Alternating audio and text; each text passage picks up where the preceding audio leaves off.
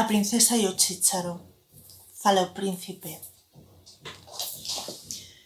Quen sobrevive a un naufraxio, con toda a pele incrustada por lascas de nao vella, os pulmóns marcados polo frío mariño do Báltico, a boca chea do bafo do peixe, será quen de dormir sobre o gume da navalla, a punta de pistola.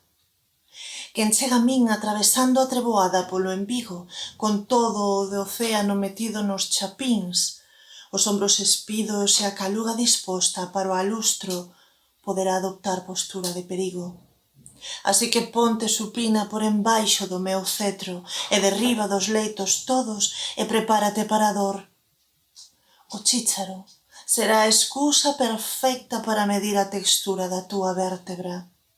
E a mañá, cando te ergas despois de non ter dormido, esculcarei o teu sangue azul callado na ferida da última vértebra, o punto exacto entre as costelas, onde insertarei dedo, ou lingua, ou puñal, cando xa non te queira nin para raíña.